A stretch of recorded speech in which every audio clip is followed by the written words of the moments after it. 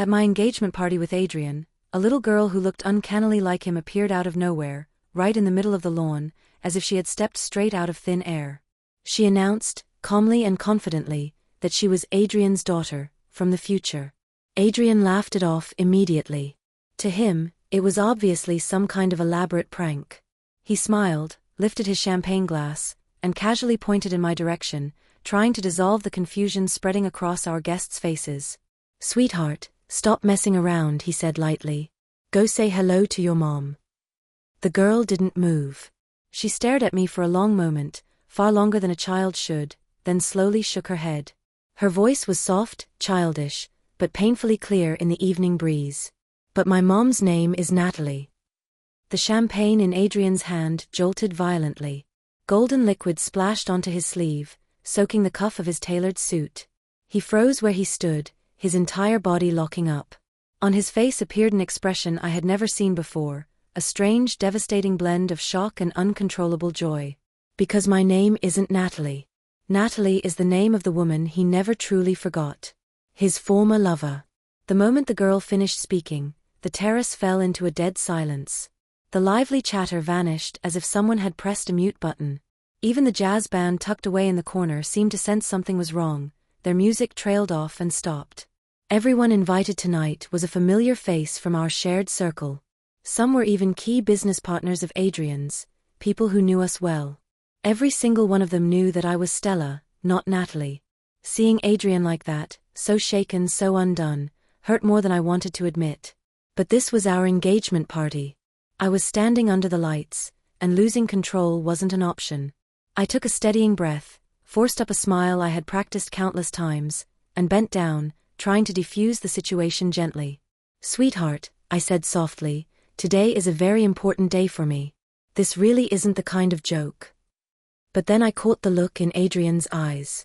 The naked longing there was impossible to hide, impossible to misread. The words stuck in my throat and died before I could finish them. Adrian didn't notice my stiffness at all. His gaze was locked entirely on the little girl's face, the same eyes, the same contours, as if someone had taken his reflection and shrunk it down. His voice trembled as he whispered, Are you telling the truth?" The girl nodded hard.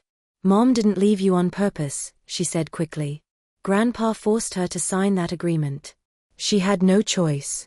She only came back today because she heard you were getting engaged. She wanted to see you one last time." Then urgently, "Dad, Mom is at JFK Airport right now. You have to go find her. If you don't, you'll miss each other for another 7 years." As she spoke, her eyes flicked toward me, tense and wary, as if she were afraid I might rush forward at any second, like the wicked stepmothers in the fairy tales, to stop her. I wasn't going to argue with a child. What mattered to me was Adrian. Watching a man who prided himself on rationality, a man who could negotiate billion-dollar acquisitions without so much as blinking, completely unravel over the words of a stranger was devastating. My heart sank, heavy and cold. Instinctively, I grabbed the sleeve of his suit and lowered my voice, trying to pull him back to reality. "Adrian," I said, "you're not seriously thinking of leaving me here alone, because of a few sentences from a child you've never met, are you?" His lips pressed into a thin line. When he looked at me, there was guilt in his eyes. There was shame. But there was no denial.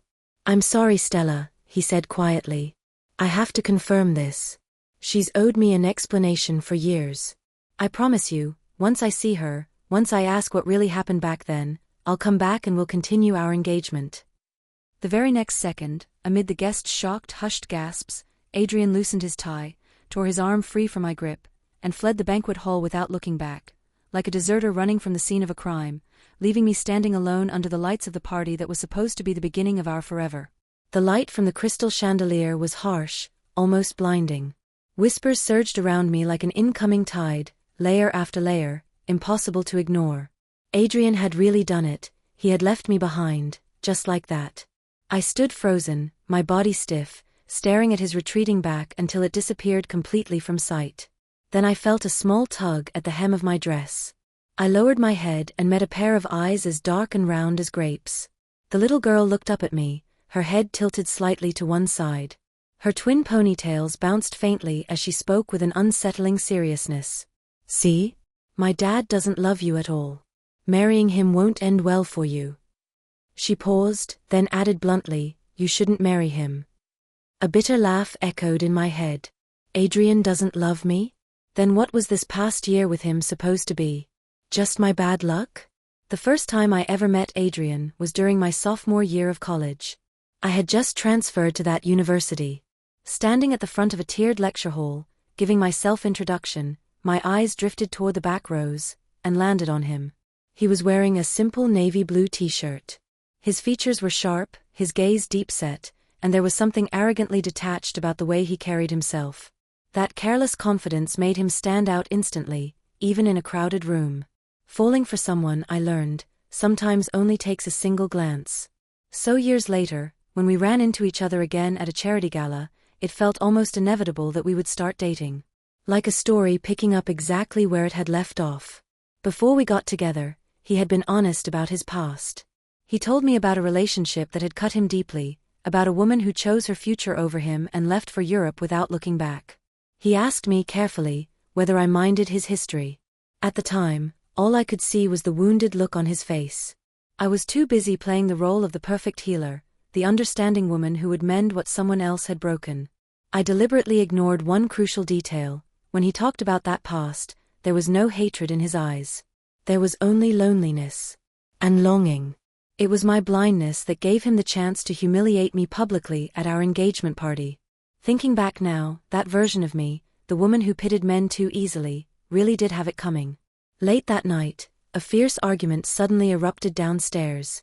When I slipped on my silk robe and went down, the living room had already turned icy. Adrian's parents sat stiffly on the sofa, their faces filled with embarrassment and guilt.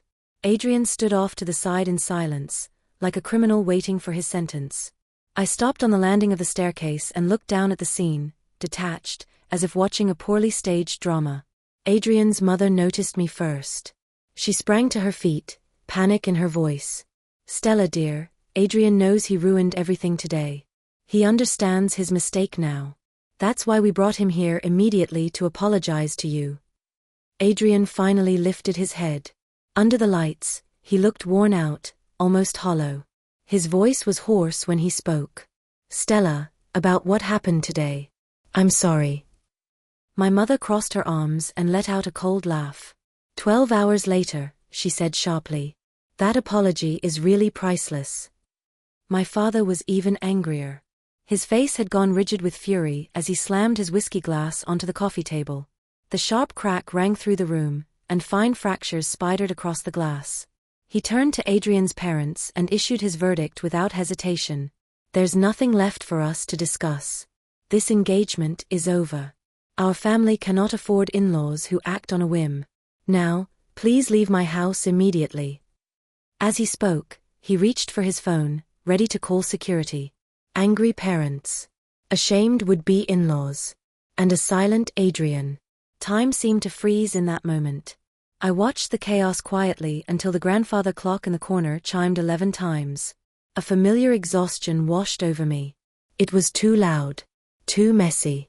Once this was dealt with, all I wanted was sleep. Enough, I said, my voice calm but firm as it cut through the room. Everyone turned to look at me. I shifted my gaze to Adrian. You and I said evenly, are going outside to talk. Adrian followed a step behind me as we passed through the tall French windows and stepped onto the poolside terrace in the backyard. The night air carried a faint chill, cool against my skin. Under the soft lighting, the surface of the pool shimmered, rippling with scattered reflections, calm and indifferent to everything that had just fallen apart. I stopped abruptly and turned to face him. With a slow, deliberate motion, I crooked my finger at him. My voice was steady, too steady, almost unsettling. Come here. A little closer. Adrian hesitated for a beat. He clearly hadn't expected me to sound this composed. For a split second, relief flickered across his face. He seemed to assume I was offering him a private chance at reconciliation, a moment to smooth things over away from everyone else's eyes. He stepped forward obediently, stopped in front of me, and even dipped his head slightly, adopting the familiar posture of someone ready to listen, ready to be forgiven. Then I raised my hand. With every ounce of strength I had, I swung and slapped him across the face. The sharp crack echoed through the quiet night like a gunshot. The force snapped his head violently to the side. A stinging numbness shot through my palm, radiating all the way up my arm, leaving my hand buzzing with pain. I shook my fingers once, slowly, and stared at the red mark already blooming on his cheek.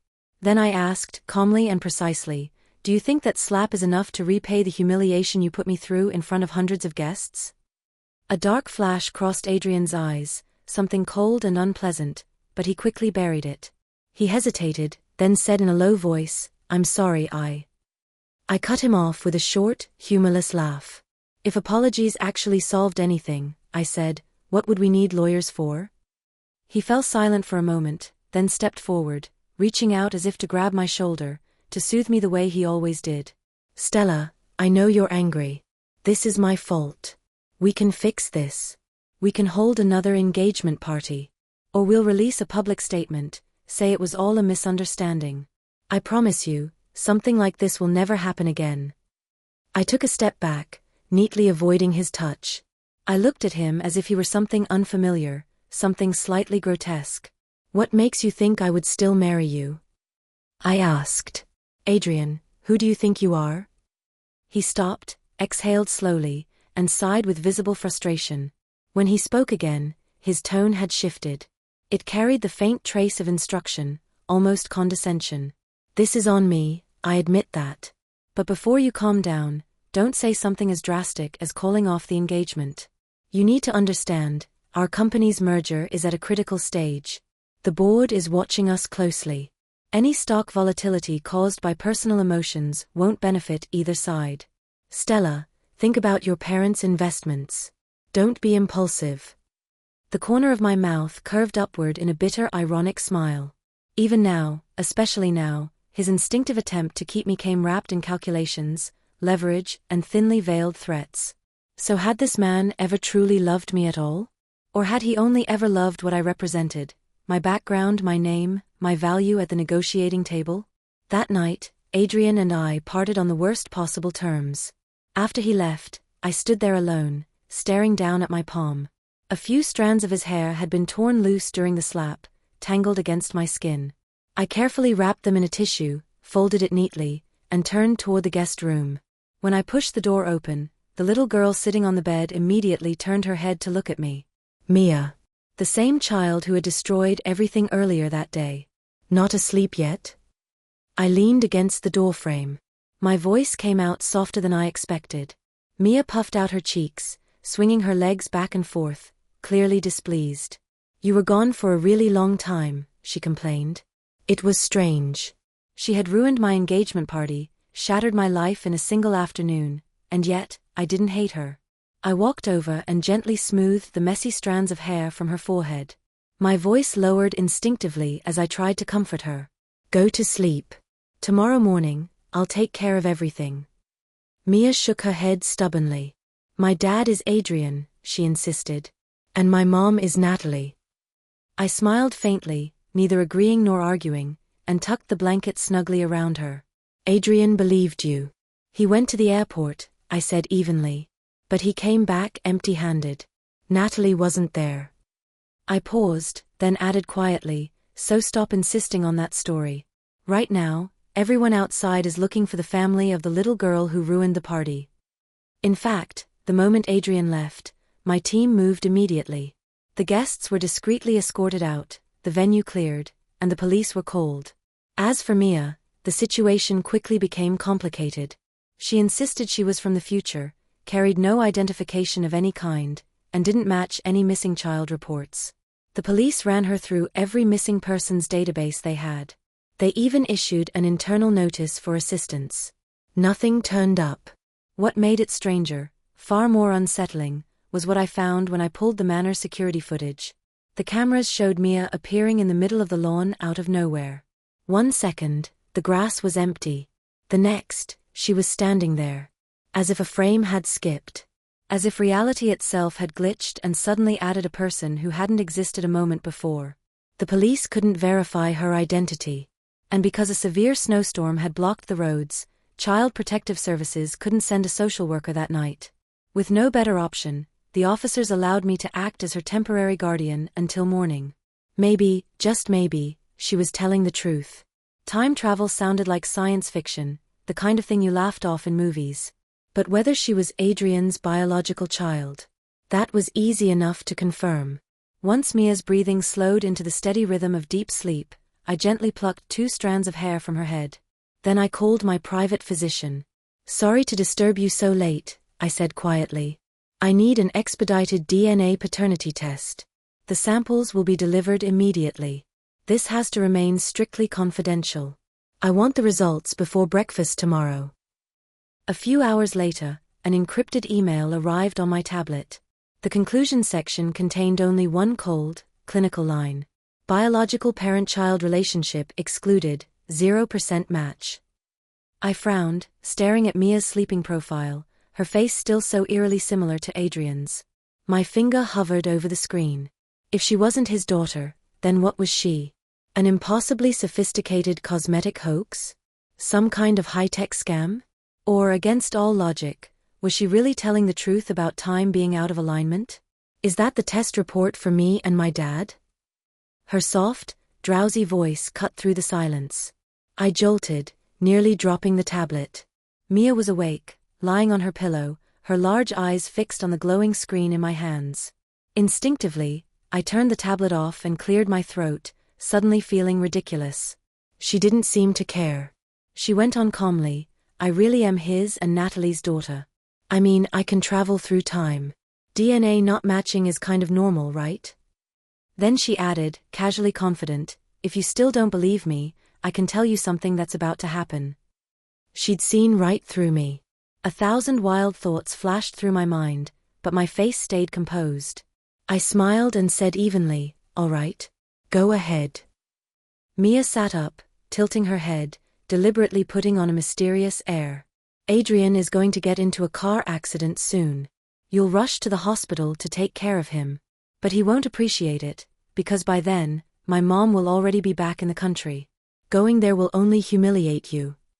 I paused, then reached out and patted her head, testing her gently. "Do you know when the accident will happen?" Mia blinked. Her chubby little face scrunched up as she thought hard. I don't remember the exact time. But soon. Very soon." I laughed softly, pulled the blanket up around her shoulders, and tucked her in. "All right, Miss Prophet. Think about it in your dreams." She pouted, clearly annoyed. "You just think I'm lying." I shook my head, my voice gentler now. "I wouldn't dare. It's late. Go to sleep." After Mia drifted off again, I returned to the master bedroom. Exhaustion weighed heavily on my body, and I fell asleep almost the moment my head hit the pillow. But instead of rest, I sank into a dream, long, vivid, and unervingly real. In my dream, the wedding went on as scheduled. Inside the most luxurious hotel ballroom in Manhattan, I walked down the aisle with my father's arm linked through mine, surrounded by waves of congratulations and applause, moving steadily toward Adrian. In the dream, he was breathtakingly handsome. He took my hand from my father, his eyes full of devotion, and before God and everyone present, he made his vow. "Stella," he promised solemnly, "I will never betray you for as long as I live." The first year of marriage unfolded exactly like the ending of a fairy tale. We were happy, effortlessly, unquestioningly happy. Then, in the second year, I became pregnant. Under the influence of hormones, I grew sensitive, anxious, and suspicious. At first, Adrian tried to be patient, tried to be considerate. But gradually, he started coming home later and later. Those long nights stretched endlessly, and his responses to me became careless, perfunctory, as if my unease were nothing more than an inconvenience. One afternoon, my phone vibrated. An anonymous number had sent me a photo. In the picture, Adrian was holding a child in his arms. Standing close beside him was Natalie, the woman who had supposedly disappeared from his life. They were smiling brightly under the sunlight in Central Park, looking exactly like a happy family of 3. I knew it was only a dream. And yet, the moment I saw that image, the pain in my chest felt violently real, as if my heart had been torn open. A chill swept through my body, and a dull ache began to throb low in my abdomen. Then another message arrived. A video. In it, Natalie was curled against Adrian's chest, tears streaming down her face as she accused him through sobs. "You're already married. Why are you still coming back to me?" Adrian looked torn and anguished, his voice raw with suppressed emotion. "Why did you leave the country without a word while you were pregnant with my child?" he demanded. "And now you ask me why I came back to you? Natalie, don't be this cruel to me." Natalie weakly pushed at him, half resisting, half clinging, crying as she spoke. "But your wife's baby is almost due." Adrian pulled her tightly into his arms, his voice urgent, resolute. "I can get a divorce. No matter the cost." The video ended abruptly. In the dream, my limbs turned ice cold. Tears spilled uncontrollably from my eyes. I tried to stand, but my long dress tangled around my feet, and I crashed heavily onto the marble floor. Agonizing pain exploded through my body. Warm blood flowed between my legs, soaking into the expensive silk of my nightgown, spreading darkly across the floor beneath me. I clutched my stomach in unbearable agony, my hand shaking as I dialed Adrian's number. Once. Twice. 3 times. All I got was the cold, mechanical voice of his voicemail. The freezing floor beneath me. The sinking weight in my abdomen. And the suffocating despair pressing down on my heart. It felt as if the entire world had abandoned me, leaving me alone in that pool of blood. The pain was so real, so overwhelming, that it jolted me awake with a sharp gasp. When I came to, the pillow beneath my head was soaked with cold sweat and tears. Outside the window, daylight had already broken through. Morning light filtered through the gap in the curtains and fell across my face. I lifted a trembling hand and wiped the tears from the corner of my eyes, whispering shakily, "Thank God, it was just a dream." At 8 o'clock sharp, I sat at the breakfast table watching Mia devour a blueberry pancake with impressive enthusiasm, my emotions tangled and heavy. Since she had no identification of any kind, there was no way I could send her to school. For now, all I could do was ask the housekeeper to keep an eye on her. My phone buzzed again. It was a follow-up message from my private doctor. "Stella, based on further comparison, the child also has no biological relationship to you." That part wasn't surprising. I had never given birth to a child, after all. But it completely ruled out the possibility that Mia was some twisted version of Adrian's and my future daughter. And somehow, that made the situation even more intriguing. A child who appeared out of thin air. A child who looked exactly like Adrian. A child with no blood relation to either of us. And a child who knew intimate details about Natalie that very few people should have known. In that case, there was only one thing left to do. It was time to go see my would-be groom. I called Adrian and spoke coldly. "Half an hour. 5th Avenue. The private club." When I arrived, he was already there, seated in a shadowed booth in the corner. The moment he saw me approach, he stood up quickly, holding a large bouquet of meticulously wrapped red roses. His face wore that perfectly rehearsed expression of remorse, earnest, restrained, almost flawless. "Stella, about yesterday. I'm truly sorry. I was impulsive. I shouldn't have. I didn't take the flowers. I didn't even sit down." I simply looked at him and dropped the bomb straight into the middle of the room. When Natalie went to Europe, she was already pregnant. The sound was sharp and unmistakable. The bouquet slipped from Adrian's hands and hit the carpet with a dull thud. Crimson petals scattered everywhere, bright and broken, like our past year together, beautiful on the surface, fragile underneath. Before this moment, I'll admit it, I still harbored some foolish illusions about him. After all, he was the man who stayed up with me late into the night discussing merger strategies, the man who warmed milk for me during a snowstorm without being asked. But watching him now, completely unmoored, I finally understood how ridiculous I had been. He didn't even bother to care about the other patrons nearby. Leaning across the table, he grabbed my wrist, his fingers tightening as his voice shook. "Stella, what did you just say? What do you know?" Ignoring the pain in my wrist and the sting rising at the bridge of my nose, I raised an eyebrow and smiled, a smile polished to perfection. "Relax. I was lying. Look at how panicked you are. If you want the truth so badly, go find her yourself." He froze. The shock in his eyes slowly curdled into anger, humiliation flashing beneath the surface. But he reined it in quickly, released my wrist, and forced himself to breathe. "I'm sorry," he said stiffly. I just want to know where she is. She's part of my past." I flagged down a waiter and ordered a black coffee, fighting the urge to throw the water in front of me straight into his face. "If that past matters so much to you," I asked coolly, "why did you propose to me in the first place?" Adrian lowered his proud head. His explanation sounded weak even to himself. "I don't love her. I really don't. I just feel indebted to her. Stella, we've been together for over a year now. The person I love is you. You know we're the most suitable match." "The most suitable?" I laughed, a sound stripped of any warmth. "You abandoned me at our engagement party over a rumor about her and left me there to be humiliated. Adrian, is that how you love me?" "Stella, please, let me explain." "That's enough." I pulled out a wet wipe and slowly cleaned the wrist he had just grabbed, as if it were smeared with something filthy. "We're done. Go find your Natalie. Maybe she really is somewhere out there, raising a child, waiting for you to swoop in and play the hero." According to what I'd already uncovered, that child most likely had nothing to do with him at all. But that truth, I decided, I'd save for another day.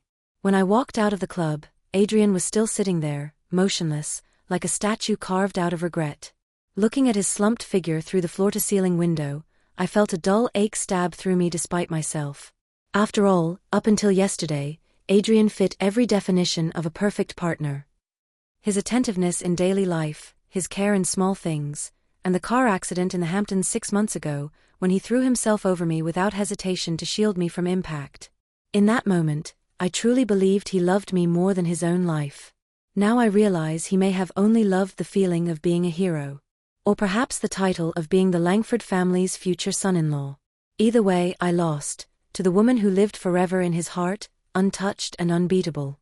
I took a deep breath of the cold air and pressed a hand to my chest. It was fine. Truly. He was just a man.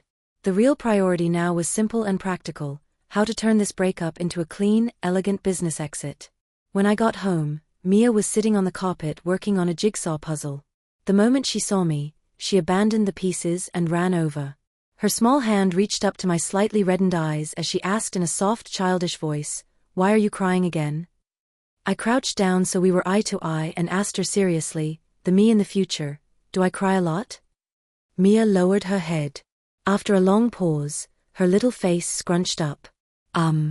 I don't remember." She didn't look like she was lying. I gently patted her head and coaxed her softly. "Then what do you remember?" She hugged her head, her expression blank and innocent. "I only remember that I had to stop you from marrying Adrian." She hesitated. "That's all." "And the rest?" I pressed gently.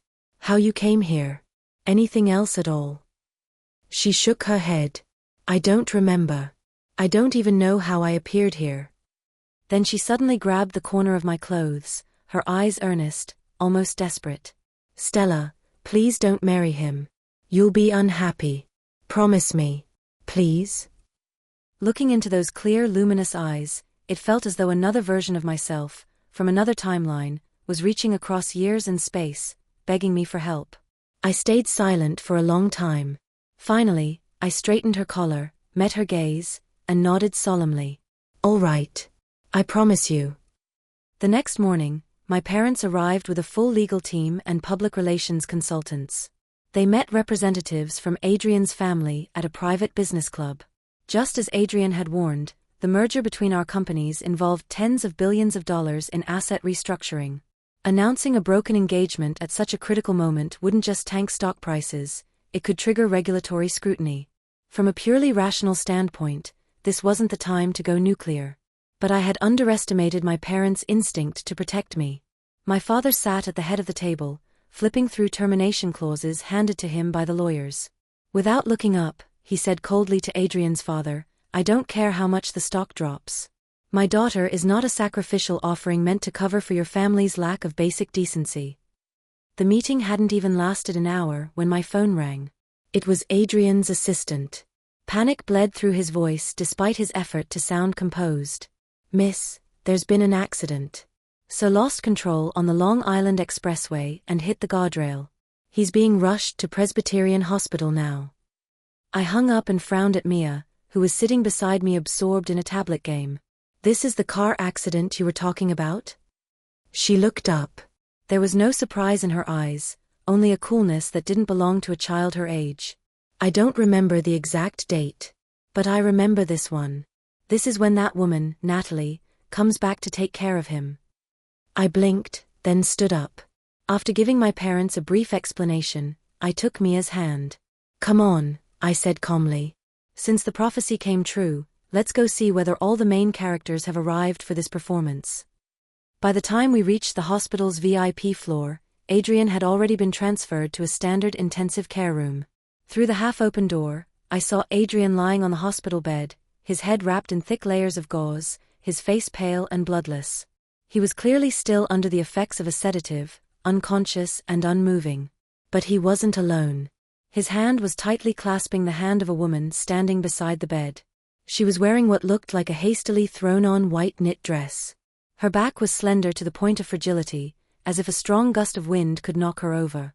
Behind me, my mother let out a quiet snort and leaned close, her voice low and sharp.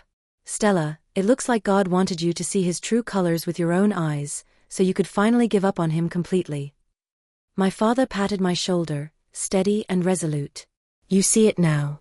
He clearly needs someone else more than he needs you. I don't think there's any reason to discuss salvaging this marriage anymore. Adrian's mother stood off to the side, so embarrassed she looked like she wanted the floor to swallow her whole. She shot a furious glare at the woman in white, then turned back to me with a forced, apologetic smile. Stella, this is all a misunderstanding. We failed to keep that woman in check. She shouldn't have been allowed in here. I raised a hand, cutting off her meaningless explanation, and smiled politely. It's all right, ma'am. If it's true love, why stand in the way? As if she'd heard us, the woman turned around. Her face was bare of makeup.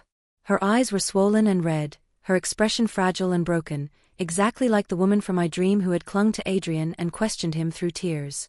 I took a step forward, even though I already knew the answer. You're Natalie, aren't you? Natalie nodded. Her gaze flickered between Adrian and me before she lowered her eyes, adopting a shy, timid expression. Adrian, he mentioned me to you? I didn't answer. I stared at her face, then looked down at Mia, whose hand I was holding. It was uncanny, as if they'd been carved from the same mold. Natalie lowered her head. Her voice was soft, almost inaudible, yet somehow perfectly clear to everyone in the room. I'm truly sorry, Miss Stella. I know I shouldn't have appeared. But when I heard something had happened to him, this past year, I was selfish. I delayed things between you. A textbook move, retreating to advance. I gave Mia a subtle look and lowered my voice. Is this your mom? Mia curled her lips in disgust and ducked behind me, as if the woman in white were something dangerous. I paused, thinking. When I looked up again, the composed, professional smile was already back on my face. Miss Natalie, I said smoothly, since you're here, I assume you've heard why Adrian ran out of our engagement party? Natalie pressed her lips together. A faint glimmer of satisfaction flashed through her eyes before disappearing. Yes. Adrian really was too impulsive. To embarrass you like that over a little girl's prank. He should have discussed breaking up with you privately.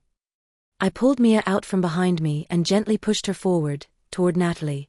Adrian has always been cautious, I said lightly. Why don't you take a closer look at this prank of a little girl? Maybe she really is your future daughter. Mia reluctantly lifted her head. Her face, so unmistakably like Adrian's, was fully exposed in front of Natalie. She puffed out her cheeks and called out, with obvious reluctance, Mom. Natalie froze. She looked at Mia, then back at Adrian lying unconscious on the bed. Confusion and shock flooded her eyes. What? This? I did give birth to a daughter for Adrian, but... Mia cut her off sharply, her tone suddenly hard and impatient. But what? I am your daughter. Can't you tell just by looking at my face? I added, at just the right moment, my tone calm and detached, as if I were reading from a financial briefing. I've already looked into her. She appeared out of nowhere at the engagement party. The police and private investigators couldn't find a single trace of her background. This child is essentially untraceable, like she fell straight out of the sky. With that, I crossed my arms and watched Natalie closely. Her reaction was fascinating. Confusion flickered across her face first. Then shock. And finally, Just for a split second, a glint of unmistakable delight lit up her eyes. She was a smart woman. She understood immediately that no matter where this child came from, as long as the girl looked like Adrian and called her mom, she held the strongest possible bargaining chip. One that could propel her straight into high society, and knock me out of the picture entirely. Natalie made her decision in the very next second.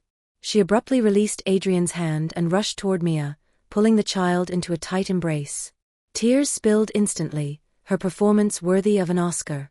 "Oh my God, so you really are the child Adrian and I had together?" Mia was squeezed so tightly she could barely breathe.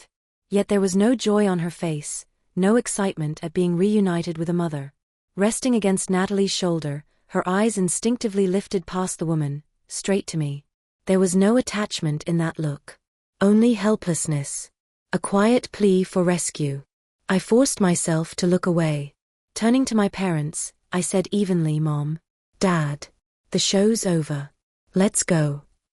If in my dream, Natalie had managed to deceive Adrian even without Mia's existence, then now with a living, breathing future daughter standing beside her, her odds were absolute. 100%. As for why Mia shared no biological connection with Adrian, yet looked exactly like him, I was curious too. But instinct told me that some Pandora's boxes, once opened, only bring suffering. If Adrian was willing to believe in this fairy tale, why should I be the one to shatter it? After all, he was about to pay a very expensive admission fee. The next day, Adrian called me. His voice sounded exhausted, but there was a self-righteous, almost heroic undertone to it. "Stella, I still love you. But I'm a man. I have to take responsibility for Natalie and Mia. I know it sounds insane, but that girl, everything she said checks out. I can't let my own flesh and blood live without a family." I was reviewing the supplemental agreement for Project Zenith on my iPad while responding absent-mindedly. Congratulations on becoming a father. A miracle, really." My indifference clearly caught him off guard. His voice rose in disbelief. Don't you have anything else to say to me? Even to yell at me?" His textbook narcissism almost made me laugh. "Say what? Cry and beg you not to leave me? Or thank you for not waiting until the wedding day to tell me?" I paused, then continued coolly. "Adrian, if you have even a shred of guilt left, stop performing your tragic monologue over the phone. I want to see real compensation." Silence stretched on the other end of the line. All I could hear was his heavy breathing. After a long moment, he finally spoke through clenched teeth, as if carving flesh from bone. "The commercial real estate segment of Project Zenith. On top of the original terms, we'll transfer an additional 10% of net profit to the Langford Group." I blinked, pressing a hand to my chest to steady my suddenly racing heart.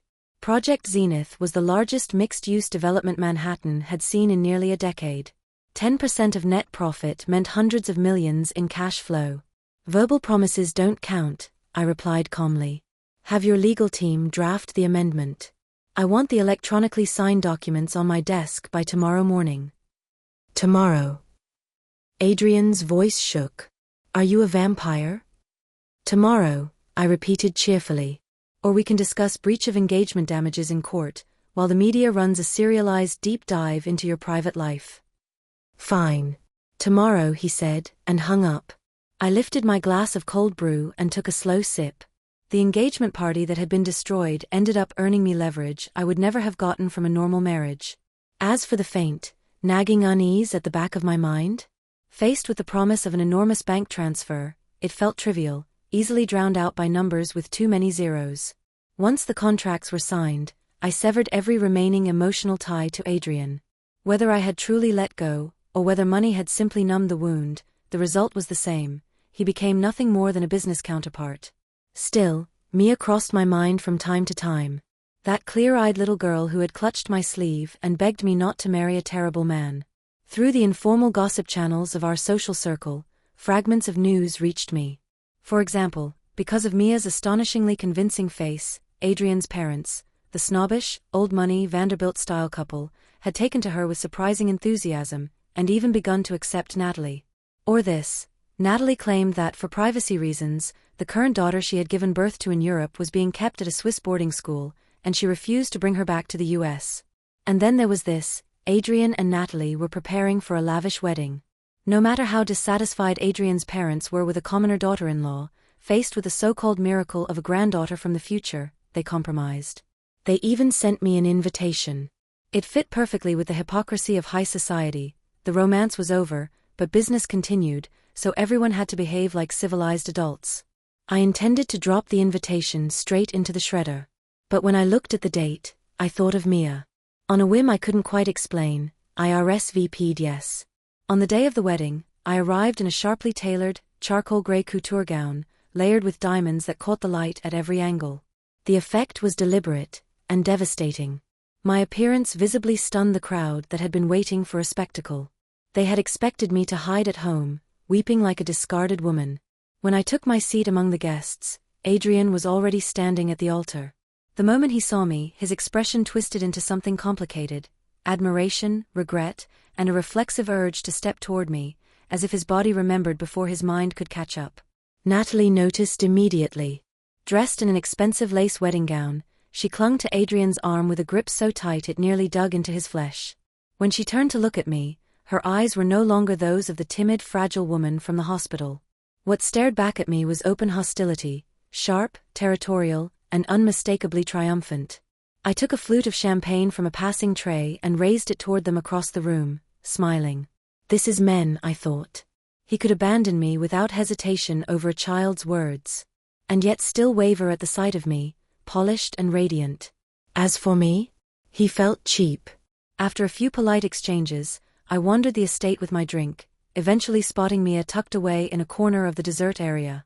She was wearing a pink junior bridesmaid dress and holding a slice of red velvet cake, hiding behind a massive floral column. She nibbled at it in tiny bites, like a little hamster hoarding treats. The picture of innocence, sweet, oblivious, and impossibly adorable. Without thinking, I pulled out my phone, aimed it at her, and pressed the shutter. A soft click. Mia looked up, a smear of cream still clinging to the corner of her mouth. When she realized it was me taking the photo, she didn't shy away.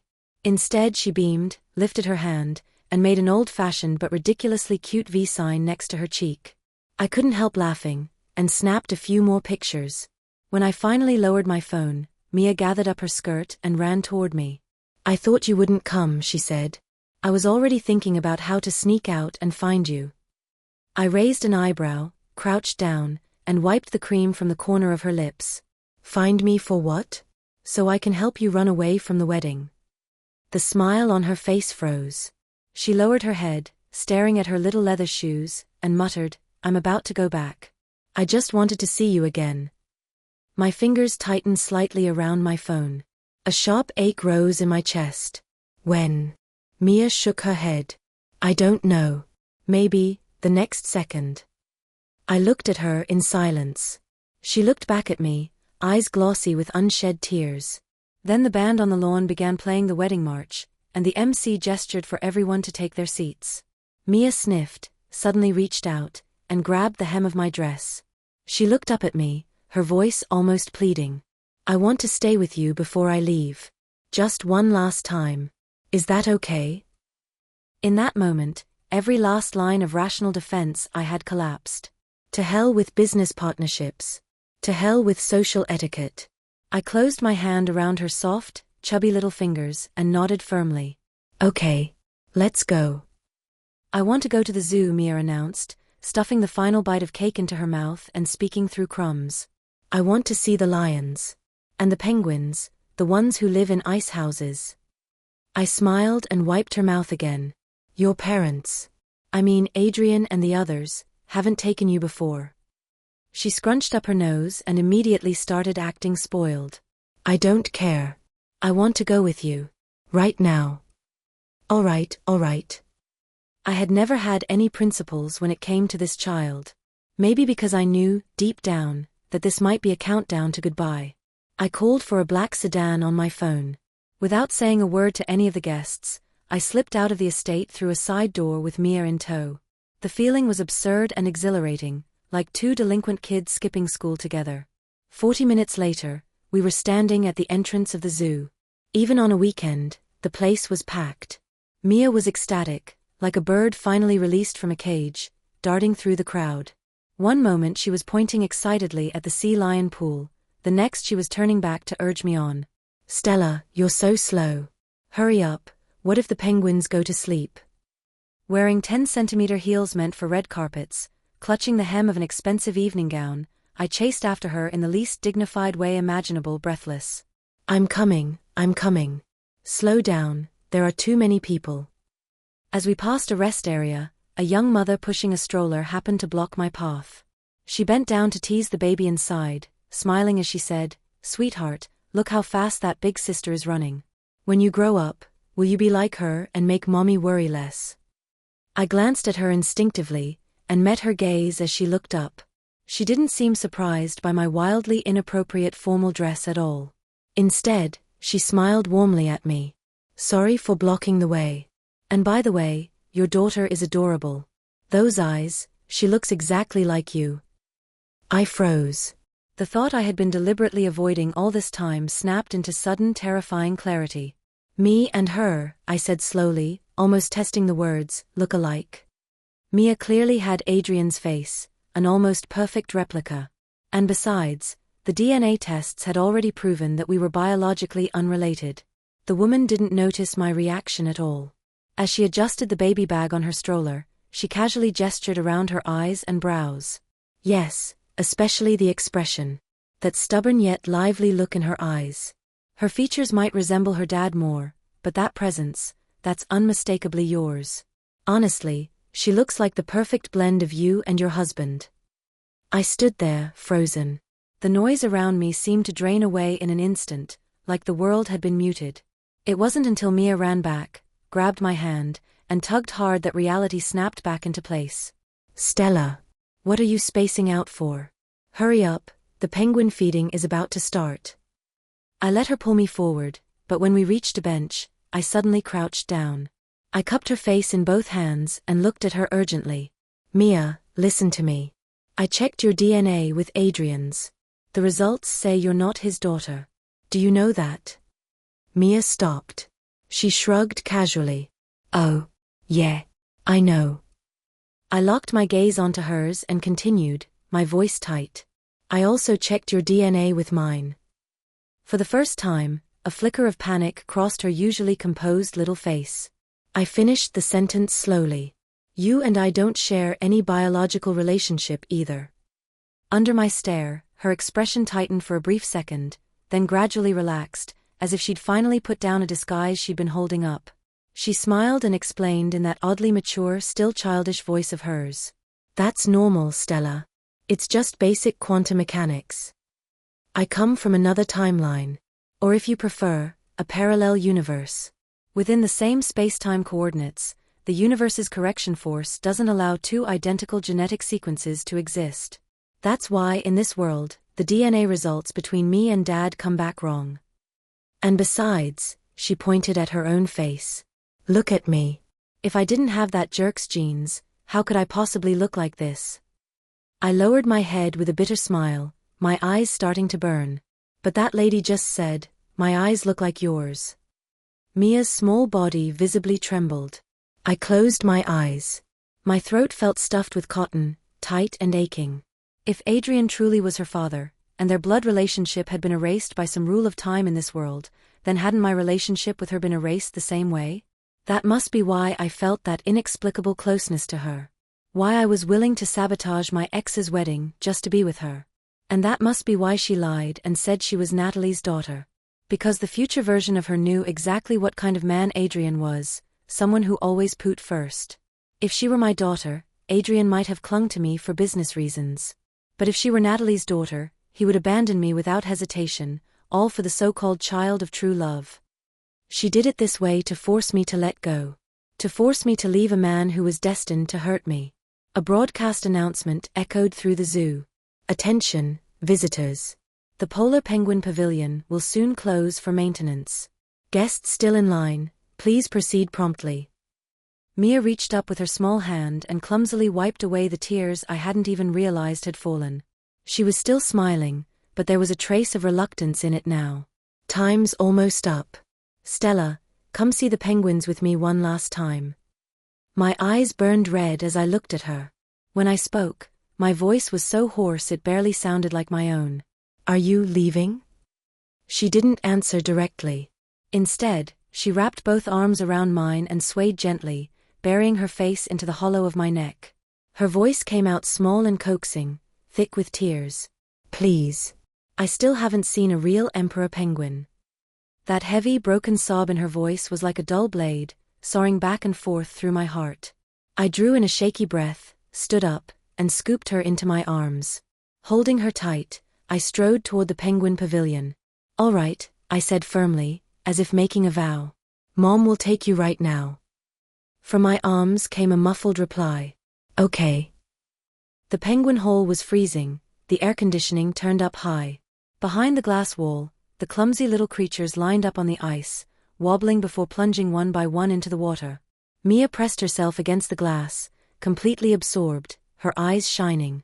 When we walked out, she was still chattering excitedly. They're so cute. Way better than the holograms. I nodded along, forcing a smile. Yeah. Next time Mom will bring you again. We walked on for a few steps. Then suddenly, there was no sound behind me. I stopped and turned around. Mia was standing a few steps away, backlit by the bright afternoon sun. She didn't blink, just looked straight at me. When she saw me turn, she broke into the brightest smile I'd ever seen. Mom, she said happily, I was super happy today. I forced my lips to curve upward. Me too. She tilted her head slightly, as if she'd made up her mind about something. Then Mom, it's time for me to go. My heart clenched, panic surging up again. You're going back? Mia sniffed. Yeah. I have to return to my own timeline. That's where I belong. I bent down in a rush, reaching out to pull her into my arms, my voice rough and breaking. But, in this world, I didn't marry Adrian. Will the future still change? Will you still exist?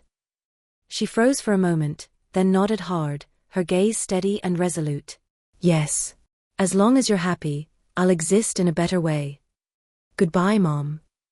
I didn't even have time to say my farewell. The very next second, it was as if a drop of water had merged into the ocean. As if a single frame had been cut cleanly from a film reel. Mia vanished. Just like that, right in front of me. In the middle of the bustling crowd. Mia. I screamed, completely losing control. I grabbed a passing visitor by the arm, my expression bordering on madness. Did you see the little girl just now? The one in the pink dress? The visitor recoiled in shock, staring at me in confusion. What little girl? Ma'am, you've been standing here alone the whole time. My hands shaking violently, I pulled out my phone and frantically opened my photo gallery. I have pictures. I just took them, my fingers flew across the screen. Nothing. There was nothing there. The photos I'd taken in the corner of the dessert table, the smiling face making a V sign gone. Every single one of them. The gallery showed only empty shots of a floral column and the edge of a red velvet cake. Refusing to give up, I ran to the zoo's security office and begged them to let me see the surveillance footage. On the dim, grainy monitor, I saw myself in an expensive evening gown, talking to thin air. Smiling at nothing. Even holding my hand out, as if I were still holding someone's. But beside me, there was no one. I collapsed into a chair, staring at the woman on the screen who looked completely unhinged. And finally, I broke down, sobbing uncontrollably. Mia was gone. Completely gone. As if she had never existed in this world at all. When I stumbled back home, hollow and unsteady, my parents rushed to meet me at once. Stella, my mother said anxiously, the news is full of coverage about the chaos at Adrian's wedding. Are you all right? Her eyes instinctively swept over the empty space beside me. I grabbed her hand as if clutching the last lifeline left to me. Mom, do you remember Mia? The little girl in the pink dress. My mother frowned in confusion and reached up to touch my forehead. Mia? You mean the child who ruined the engagement party? Didn't the police say she was a child actress Natalie hired? No one's seen her since that day. I looked at my parents' blank expressions, and the final ember of hope inside me went out. In this corrected version of the world, Mia was nothing more than a fleeting anomaly, a disposable tool, used and erased. No one remembered the child who had laughed freely at the zoo, who who had called me Mom. No one except me. It's nothing, I said quietly, shaking my head. Exhausted, I turned and went upstairs. I'm just tired. Back in my room, the children's toothbrush that had been placed in the guest bathroom was gone. The picture book I'd bought for her that night had vanished as well. Every trace of her had been wiped clean. Perhaps her appearance really had been nothing more than an extraordinarily vivid dream. If it was a dream, then let me sleep a little longer. Maybe I'd wake up and everything would be fine. I dreamed again. But this time, there was no lively Mia. There was only Stella, lying in a pool of blood. I watched from above, like a detached observer. I saw the Stella in that dream give birth alone on a rain-soaked night, bringing a baby girl into the world. I saw how a fabricated complication during childbirth left her permanently paralyzed from the waist down, trapping her in a wheelchair for the rest of her life. I watched Langford's parents wither away in grief over their daughter's fate. In the end, only a crippled Stella remained, abandoned by a faithless Adrian, while Natalie stepped openly into her place. To seize custody, Adrian exploited Stella's disability in court, painting her as incapable of self-care and mentally unstable. He stripped her of her right to be a mother, then used that loss as leverage to force her to surrender her shares in the Langford Group. Once proud and unyielding, she was reduced to begging, enduring humiliation and psychological torment just for a chance to see her daughter.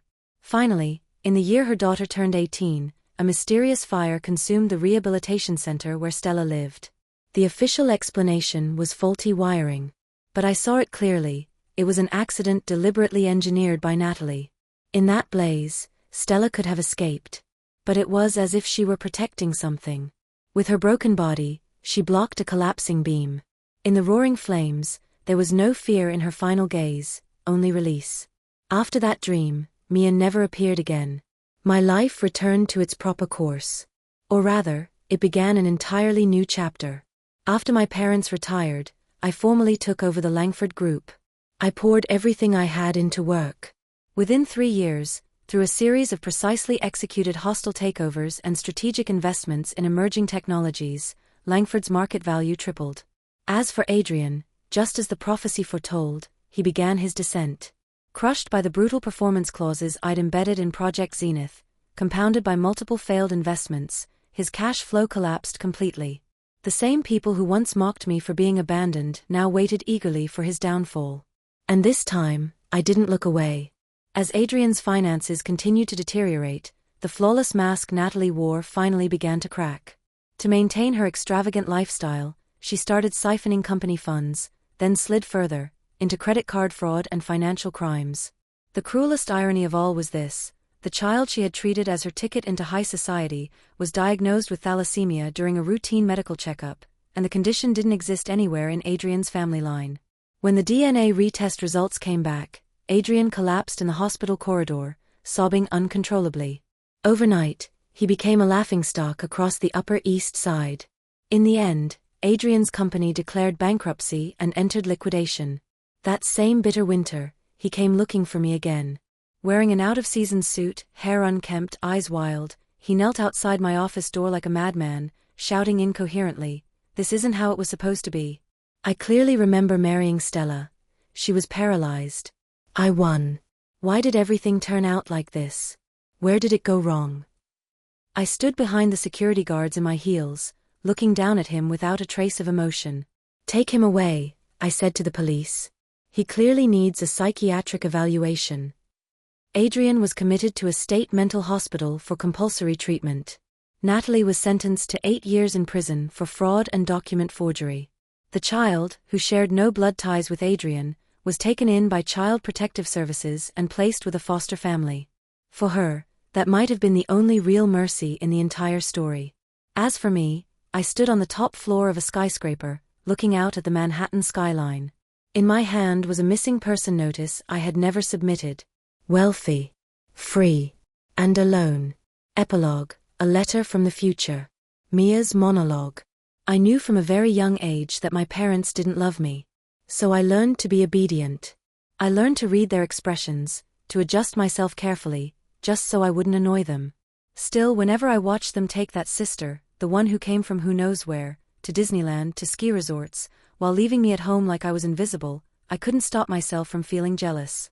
At first, I thought it was because I wasn't good enough. That I wasn't lovable. Then one day, I overheard the housekeeper gossiping in private, and I finally learned the truth. My biological mother wasn't Natalie at all. The woman locked away on the top floor of a rehabilitation center, the paralyzed one, was my real mother. I secretly saved my allowance, bribed one of the caregivers, and finally managed to see her. She was painfully thin, her skin sallow, lying motionless on the bed with hollow eyes. But the moment she saw me, something lit up inside them. With trembling hands, she touched my face. Her voice was hoarse, like sandpaper scraping metal. "Little one, how did you end up here?" I pressed my lips together, tears dropping uncontrollably. "Are you my mom?" She stayed silent for a long time, so long that I thought she would deny it. In the end, she only gave a bitter smile and said, "When you turn 18, when you're strong enough to protect yourself, then I can be your mother." Even so, that afternoon was the warmest moment of my entire life. After that, I visited her in secret every chance I got. But after that first meeting, she became strict, no longer gentle, no longer indulgent. She stopped being a loving mother and became a demanding teacher. She forced me to study finance. She taught me how to read complex financial statements. She even walked me through, line by line, the dirty deals buried inside Adrian's company. Because she knew something I didn't yet understand. If I wanted to change the future, I had to become strong enough to rewrite it. Until my 18th birthday. A sudden fire swallowed the rehabilitation center whole. By the time I arrived, there was nothing left but ruins. I knew immediately, it was Natalie. For the massive insurance payout, and to finally eliminate the thorn in her side. In the wreckage, firefighters found my mother's body. She was twisted into an unnatural position, bracing a collapsed beam with what little strength she had left. She'd done it to protect the notebook hidden inside the wardrobe, to keep it from being burned to ash. That notebook was eventually placed in my hands. On the first page, written in uneven, trembling handwriting, were these words. "To my precious Mia, may you always be free, and never again be controlled by anyone." Those letters were written one stroke at a time by hands that no longer had the strength to hold a pen. The pages that followed were densely packed with records, every money laundering scheme Adrian and Natalie had ever been involved in, every offshore account, every dirty transaction. It was a sword of revenge my mother had forged for me with her life. I turned to the final page. There was only a single line. "Forgive my helplessness. If there is another life, Mom hopes you will never have to face this suffering, even if the price is that I disappear." "Idiot," I whispered. Standing before her gravestone, clutching the charred notebook to my chest, I found that my tears were already gone. "You didn't fail me. I'm the one who failed to protect you." That afternoon, a sun shower fell without warning. A rainbow stretched across the entire cemetery. I pressed my palms together and prayed with all my heart to a God I wasn't even sure existed. "If everything I have is the price," I said, "then please let her avoid this tragedy. Even if it means I disappear." A breeze passed through the trees, leaves rustling softly. And it felt as if a gentle voice answered, "Go. The end."